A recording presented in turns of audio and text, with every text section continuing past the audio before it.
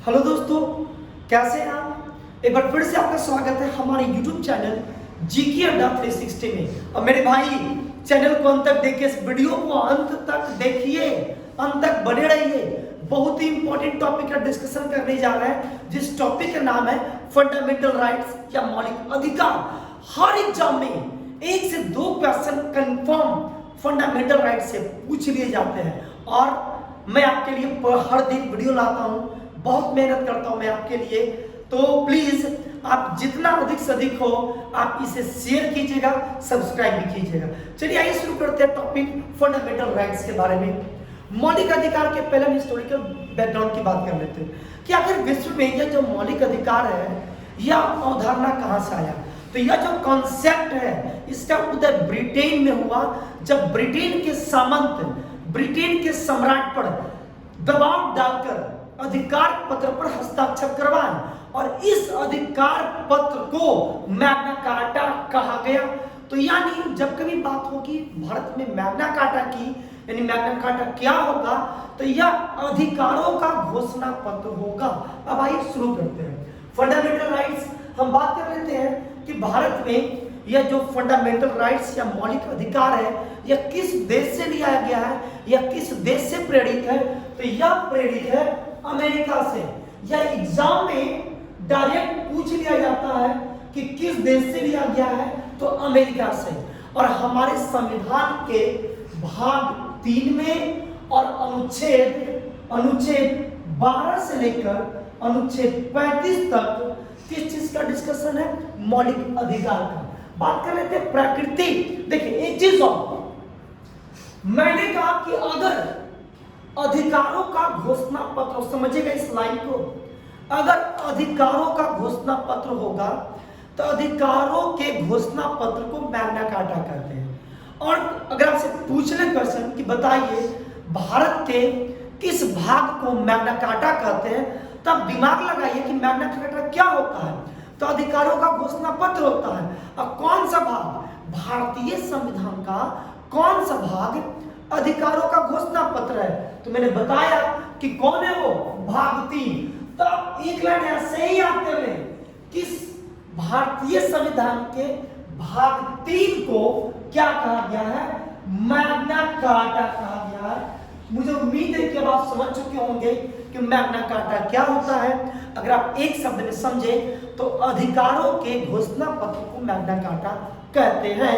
और भारत ने अपने भारतीय संविधान के भाग 3 में अधिकारों का घोषणा पत्र दिया है।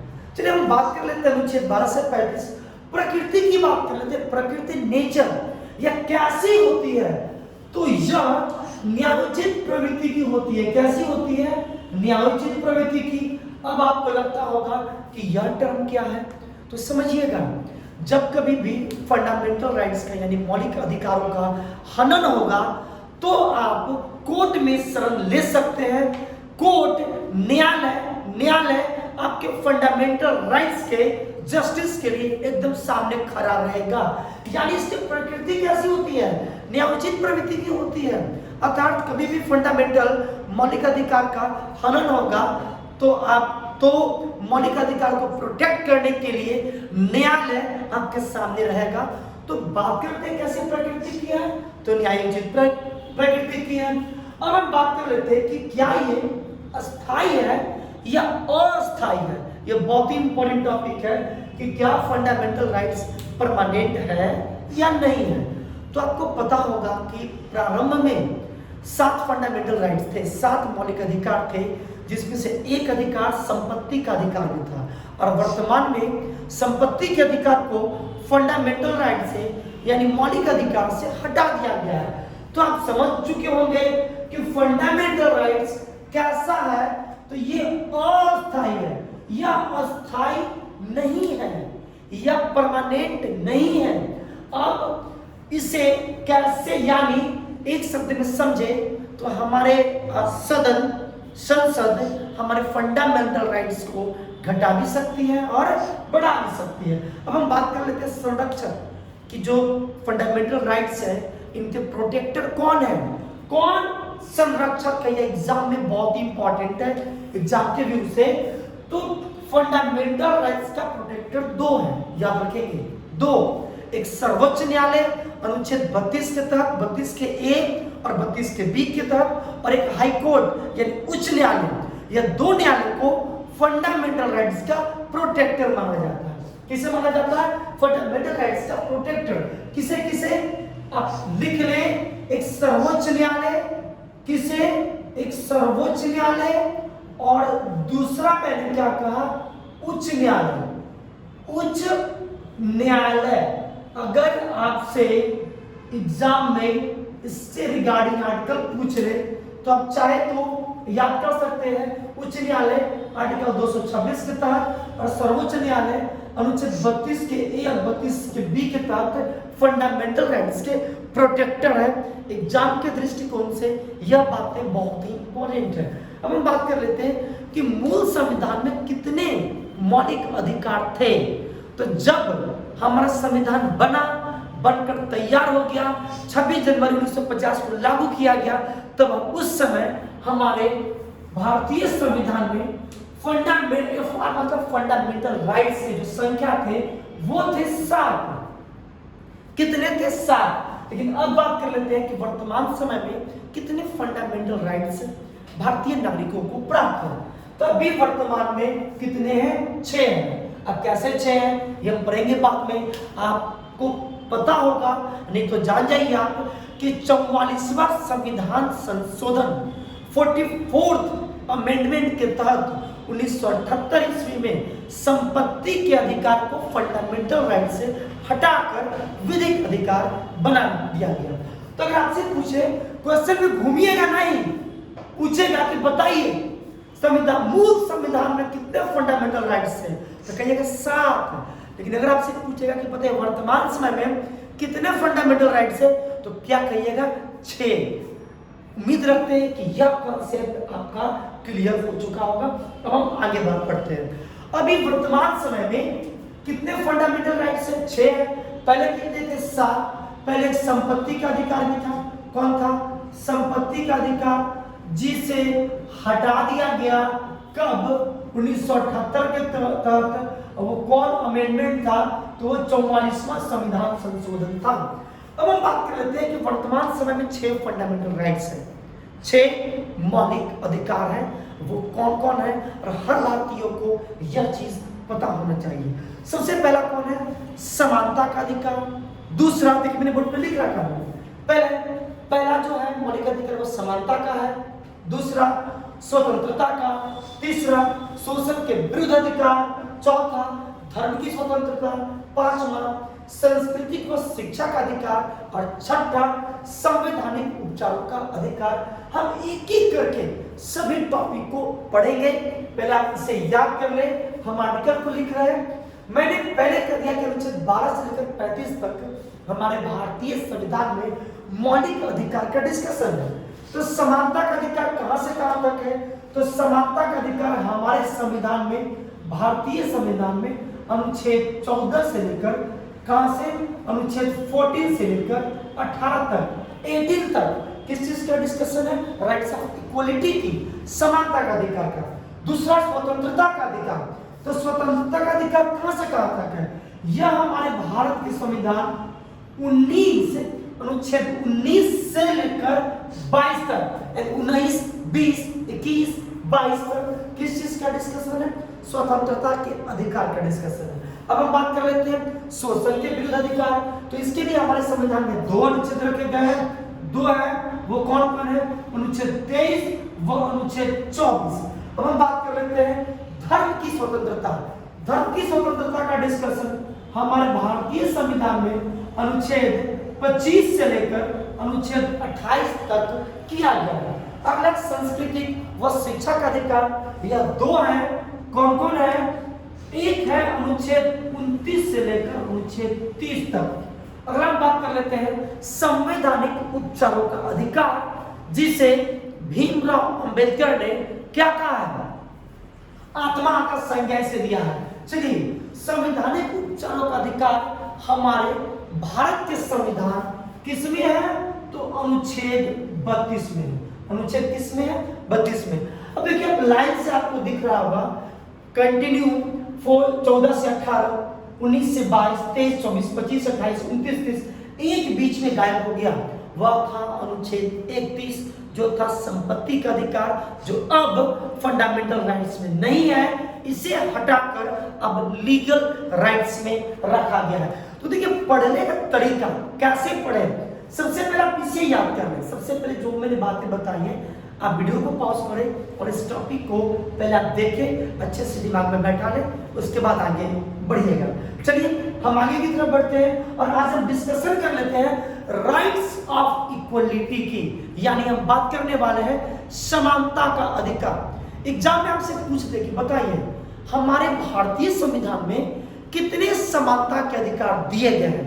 तो आप ये मत करिएगा कि 14 से 18, 4 नहीं, 14, 15, 16, 17, 18, यानी हमारे भारतीय संविधान में जो समानता का अधिकार है, इसको रिगार्डिंग कितने आर्टिकल्स लिखे गए हैं? 5 आर्टिकल्स। हम एक एक आर्टिकल्स को डिटेल से देखेंगे, लेकिन इसको देखने से पहले हम डिस्कशन कर लेते हैं 2 आर्टिकल का, जिसका जो आर्टिकल है 12 और एक आर्टिकल है 13। तो मैं एक टॉपिक में जितना भी मैंने बताया कि जब अनुच्छेद 12 से 35 तक है, हम सबका डिस्कशन करेंगे। तो पहले हम डिस्कशन कर लेते हैं 2 आर्टिकल का। वह आर्टिकल है, वह अनुच्छेद है 12, और दूसरी बात कर लेते हैं अनुच्छेद 13 की। चलिए हम सबसे पहले बात कर लेते हैं किस अनुच्छेद की? सबसे पहले हम बात कर लेते हैं अनुच्छेद 12 का।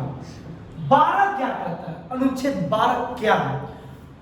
तो आप जानते हैं 12 में राज्य को परिभाषित किया गया, राज्य का परिभाषा है। अब ये मत समझ लीजिएगा राज्य भारत के राज्य, वो राज्य नहीं, वो राज्य नहीं। राज्य किसे कहते हैं? तो राज्य जिसका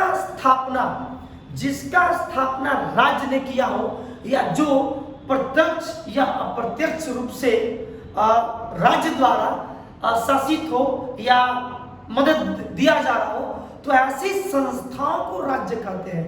अगर आप एक शब्द में याद करना चाहते हैं तब याद कर ले कि राज्य किसे कहते हैं। तो वैसी संस्थाएं जिसका स्थापना राज्य ने किया है, इन सभी को कहां पर रखा गया है? राज्य की परिभाषा में। अब आपके दिमाग में आता होगा, जैसे आप खुद सोच लीजिए, जैसे नगर निगम, जैसे नगर पालिका, जैसे आप देखते होंगे स्कूल, जैसे आप देखते होंगे कॉलेजेस, अब जितने भी सरकारी डिपार्टमेंट्स या कोई भी चीज को आप देखते हैं जहां पर सरकार इन्वॉल्व है, जिसका गठन सरकार ने किया है, वे सभी को कहां डिफाइन किया गया है? तो राज्य की परिभाषा के अंतर्गत। यानी एक शब्द में समझे तो 12 में क्या किया गया है? राज्य की परिभाषा। किसकी परिभाषा? राज्य की परिभाषा। और राज्य किसे कहते हैं? तो जिसकी स्थापना, जिस संस्था का स्थापना किसने किया है? राज्य ने किया है। ठीक है, अब हम अगली बात कर लेते हैं अनुच्छेद 13 की हम बात कर लेते हैं। अनुच्छेद 13 ये सबसे इंपॉर्टेंट है, ये भी आई है।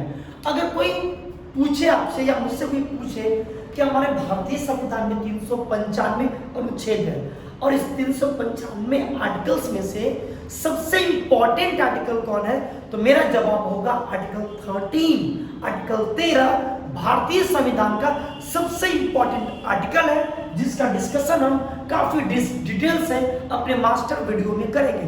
फिर भी आप समझिए आर्टिकल 13 क्या करता है। आर्टिकल 13 में क्या? तो मूल अधिकारों के असंगत व अल्पीकरण करने वाली विधियां। पहले लिखने दीजिए फिर समझाते हैं। मैंने कहा मूल अधिकार यानी फंडामेंटल राइट्स को क्या? मूल अधिकारों को अल्पीकरण या कह सकते हैं असंगत करने वाली विधियां। अगर आप इसी चीज को देखेंगे तो लिखा होगा कि मूल अधिकारों को असंगत तथा अल्पीकरण करने वाली विधियां। अब ये क्या होता है? देखिए बहुत ही इंपॉर्टेंट आर्टिकल है। कैसे? ये वही आर्टिकल है जिसके कारण आप कह सकते हैं कि जो न्यायालय होती है वो प्रोटेक्टर होता है फंडामेंटल राइट्स का, या फिर यूं कहे तो ये वो आर्टिकल है जिसके कारण सुप्रीम कोर्ट जुडिशियल रिव्यू यानी न्यायिक पुनरावलोकन करती है। तो ये बहुत ही इंपॉर्टेंट आर्टिकल है, जो कि अभी इसका हम डिस्कशन नहीं कर सकते हैं, ज्यादा करेंगे वीडियो बहुत देर का बन जाएगा। तो 12 में क्या है, राज्य की परिभाषा। राज्य मतलब बिहार, यूपी, झारखंड ना समझ रहे। राज्य मतलब जिस संस्था का स्थापना किसने किया है, राज्य ने किया है। दूसरी हम बात कर लेते हैं आर्टिकल 13, इसमें फंडामेंटल राइट्स को यानी मूल अधिकारों को असंगत तथा अल्पीकृत करने वाले विधियों का डिस्कशन है। ये वही आर्टिकल है जिसके तहत सुप्रीम कोर्ट जुडिशियल न्यायालय जुडिशियल रिव्यू लेती है। अब हम बात कर लेते हैं समानता का अधिकार का, और समानता का अधिकार मैंने अभी बताया कितने हैं, तो 5 है, और हम एक एक को बारी बारी से देखेंगे।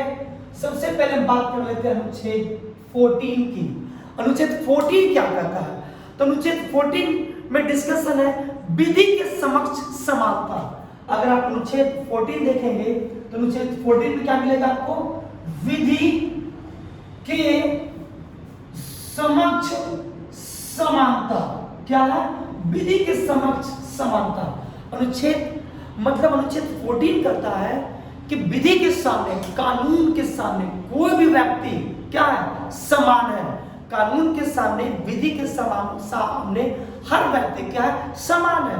अर्थात कानून के सामने कोई ऊंचा, कोई नीचा, कोई बड़ा नहीं है। कानून, विधि सबके लिए एक समान होगा।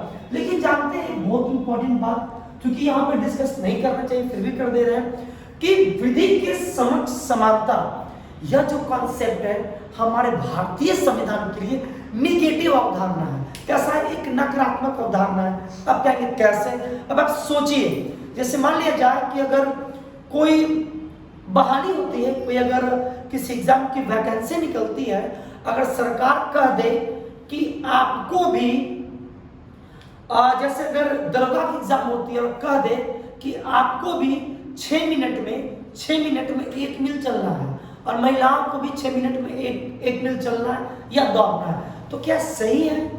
क्या आपको लगता है कि हमारे भारतीय संविधान, ये भारत में सभी लोग बराबर हैं?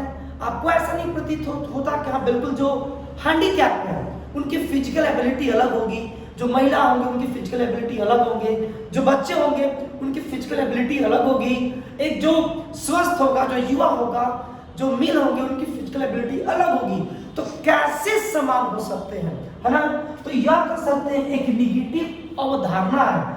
देखिए यहीं पे आर्टिकल 14 में एक छिपा हुआ टॉपिक है जिसे आपको समझना चाहिए। वो क्या है, तो वो है विधि के समान संरक्षण। क्या है, विधि के समान संरक्षण। अब आपके दिमाग में लगता होगा कि जब नौकरी की क्राइटेरिया निकलती है तो कभी कभी आप देखते होंगे कि जो फिजिकली थोड़े बहुत हैंडीकैप होते हैं, तो सरकार या किसी भी बहाली में उनके लिए 15 मिनट या आधा घंटा एक्स्ट्रा समय दिया जाता है, या इनके लिए कोई राइटर को बैठा दिया जाता है। अब अक्सर ऐसा एग्जाम में देखे होंगे, तो वो किसके तहत होता है, क्योंकि इसी आर्टिकल 14 का में ही कहता हुआ है कि विधि के समक्ष समानता, विधि के सामने सब बराबर है। लेकिन इसी में आप समझे कि इसी आर्टिकल 14 में तो एक और बात लिखी गई है, जो है विधि के समान संरक्षण, जो पॉजिटिव अवधारणा है, जो पावर देती है कि हाँ विधि सबके लिए बराबर नहीं होगा। विधि जहां पर सरकार को लगती है कि मुझे विधि में बच्चों के लिए अलग नियम बनाने चाहिए, महिलाओं के लिए अलग नियम बनाने चाहिए, बुजुर्ग के लिए अलग नियम बनना चाहिए, मेरे युवा के लिए अलग बनना चाहिए, तो यह बनता है। देखिए चूंकि मैं इनका डिस्कशन नहीं करना चाहता था, फिर भी ये इतने अच्छे आर्टिकल्स होते हैं, इतने इंपॉर्टेंट चीजें हैं जिसको सब कुछ जानना चाहिए। तो देखिए अगर आप डिटेल की बात कर रहे तो 14 में मैंने 2 बातें बताया, विधि के समक्ष समानता, लॉ के सामने सब बराबर है, और दूसरा इसी में एक और टॉपिक छिपा हुआ है सेंटेंस, विधि के समान संरक्षण, जो पावर देता है कि विधि अलग अलग होगा सबों के लिए। अब हम बात कर रहे थे कि विधि के समान जो समानता आप देख रहे हैं, जो यह कॉन्सेप्ट इंग्लैंड से लिया गया। कहां से लिया गया? इंग्लैंड से। जबकि विधि के समान संरक्षण यह कॉन्सेप्ट हमारे भारतीय संविधान में कहां से लिया गया है? अमेरिका से। फंडामेंटल राइट्स बहुत ही गहन अध्ययन की टॉपिक है। फिर भी आइए हम आते हैं एग्जाम के व्यू से, जो इंपॉर्टेंट है वही पढ़ेंगे। अब चलते हैं आर्टिकल 15 पे। आर्टिकल 15 किसकी बात कर लेते हैं हम? अनुच्छेद 15 की। अब अनुच्छेद 15 क्या कहता है? तो अनुच्छेद 15 मतलब भेदभाव का निषेध करता है। क्या करता है? भेदभाव का निषेध। अगर आपसे पूछेगा कि कितने भेदभाव का निषेध, तो कहिएगा पता नहीं है कि धर्म है, जाति है, लिंग है, ऐसा नहीं। याद रखिए हमारे भारत के संविधान में 5 भेदभाव का निषेध किया गया। जो आधार है, आधार जिस आधार पर 15 आर्टिकल में निषेध किया गया है वो 5 है। वो पांचों कौन कौन है? तो वो है धर्म है, जाति है, लिंग है, मूल वंश है और जन्म स्थान है। 3 याद कीजिए कौन कौन? धर्म है, जाति है, लिंग है। कौन कौन है? 1 मिनट में लिख देता हूं। पहला कौन है? धर्म है। दूसरा कौन है? जाति, धर्म, जाति, लिंग। और मैंने क्या बताया? मैंने आपको मूल वंश तथा जन्म स्थान, ये याद कर लीजिएगा, बहुत ही इंपॉर्टेंट है। कौन है? मूल वंश और जन्म स्थान। हो सकता है आपसे एग्जाम में पूछ दे कि बताइए कि आर्टिकल 15 के तहत कितने आधारों पर भेदभाव का निषेध किया गया है। तो कभी आप ध्यान नहीं दिए होंगे, लेकिन हमारे इंडियन कॉन्स्टिट्यूशंस में, हमारे भारतीय संविधान में अनुच्छेद 15 के तहत बस 5 आधार पर भेदभाव का निषेध किया गया है। वो कौन कौन है? धर्म, जाति, लिंग, मूल वंश और जन्म स्थान के क्या है? आधार पर क्या है? भेदभाव का निषेध।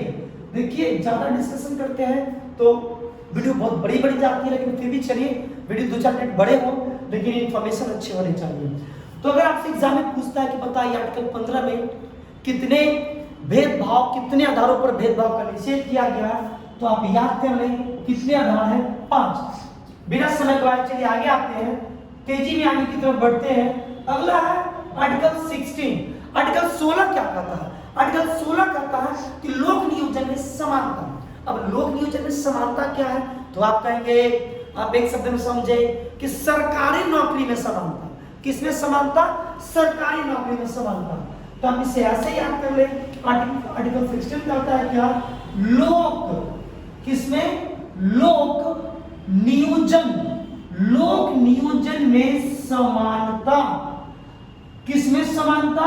लोक नियोजन में समानता, जिसे आप कहते हैं गवर्नमेंट सेक्टर के जॉब में समानता होनी चाहिए। यह आर्टिकल कितना है? 16 है।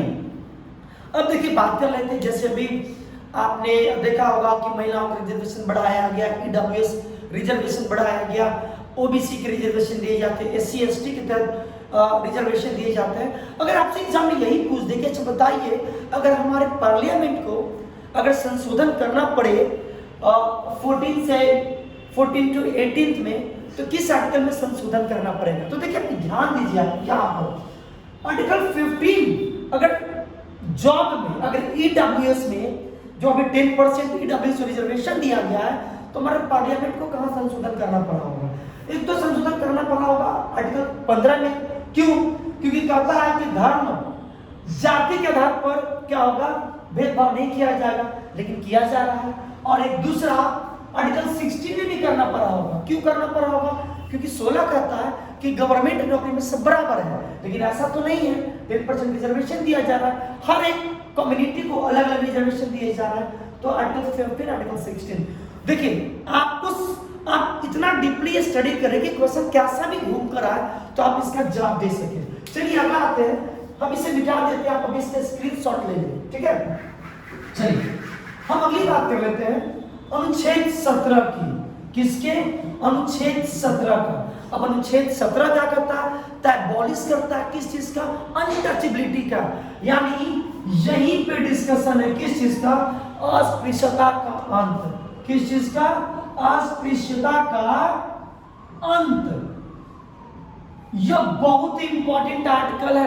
अनटचेबिलिटी को एबॉलिश किया गया, अनटचेबिलिटी को।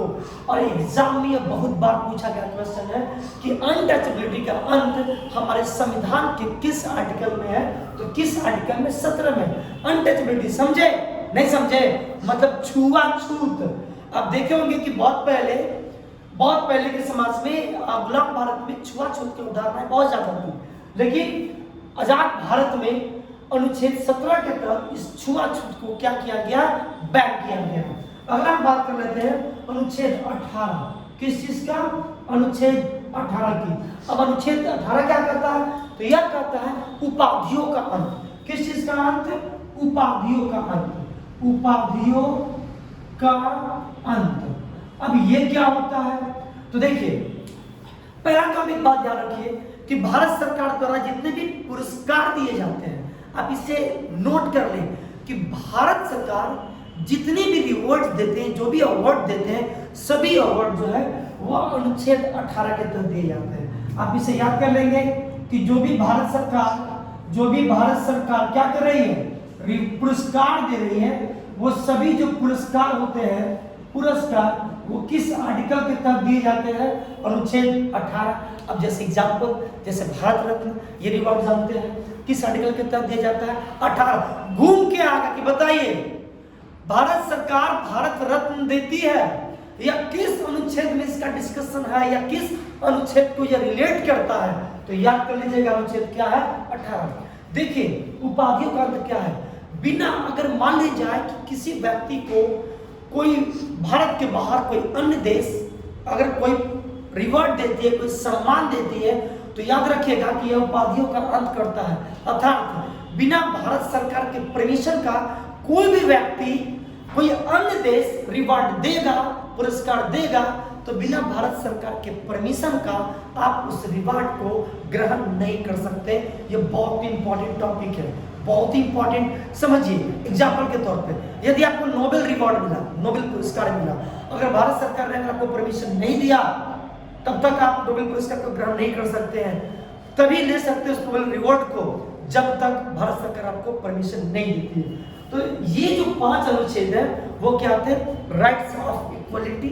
मैंने कोशिश किया आपको अपने स्तर से कि मैं समझाऊं, फिर भी कुछ समय लगे। चलिए एक एक करके रिकॉल कर लीजिए। आर्टिकल 14 क्या कहता है कि विधि के सामने सब लोग क्या है? समान है।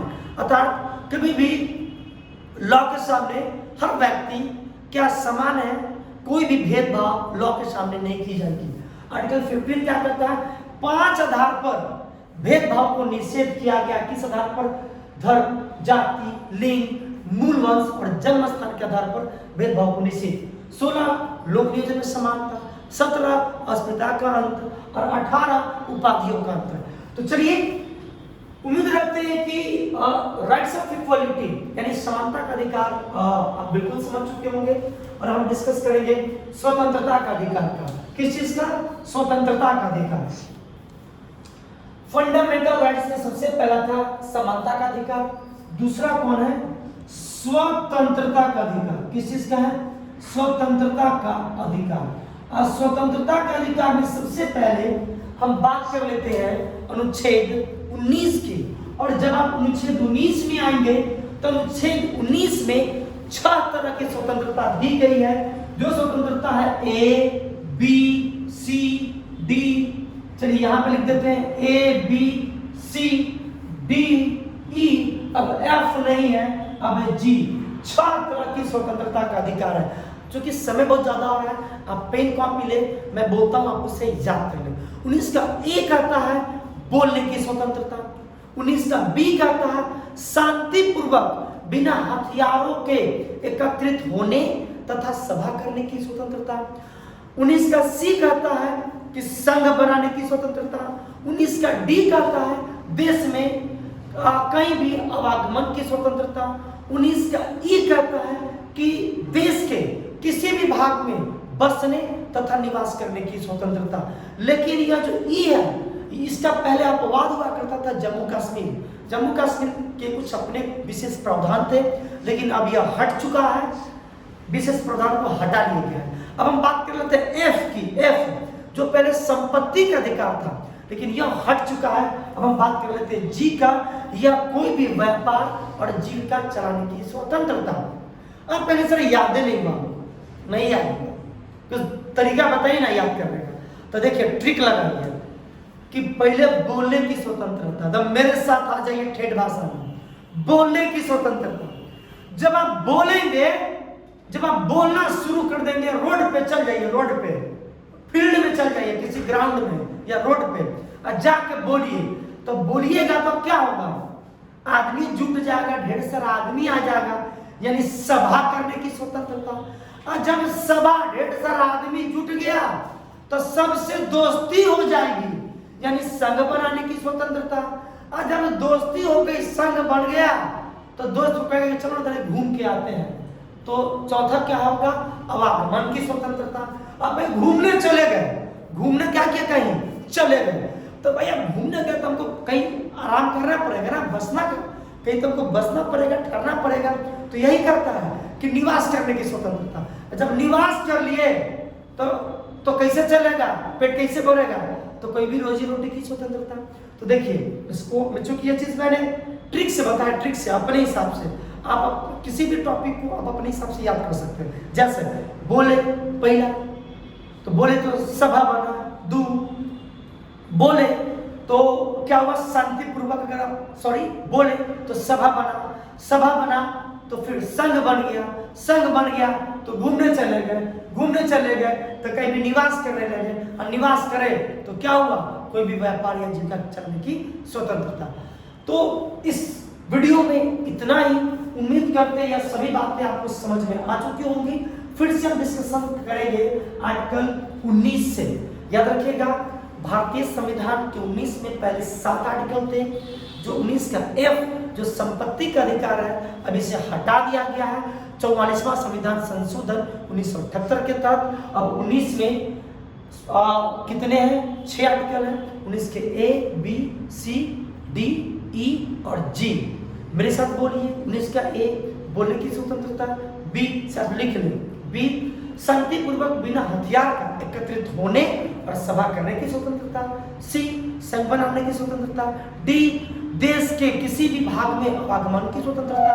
बात कर लेते हैं E कहीं भी निवास करने और बसने की स्वतंत्रता, और लास्ट G कोई भी व्यापार और जीविका चलाने की स्वतंत्रता। तो उम्मीद करते हैं यह वीडियो आपको पसंद आया होगा। इस वीडियो में इतना ही, मिलते हैं अगले वीडियो में।